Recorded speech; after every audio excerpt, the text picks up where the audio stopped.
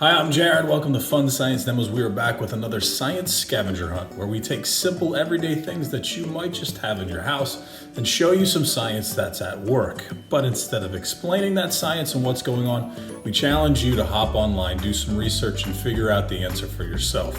Today, you're going to need some marshmallows. We start by putting some marshmallows into a bowl.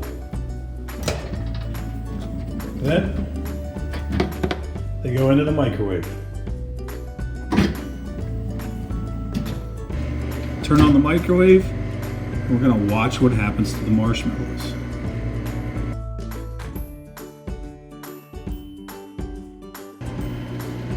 You can see those marshmallows are growing.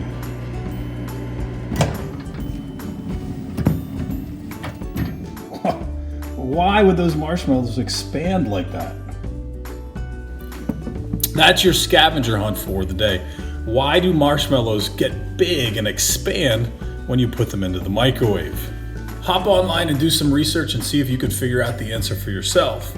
As always, don't forget to post that answer in the comments below. Science is so cool, especially when you can eat it. Happy hunting. Thanks for watching.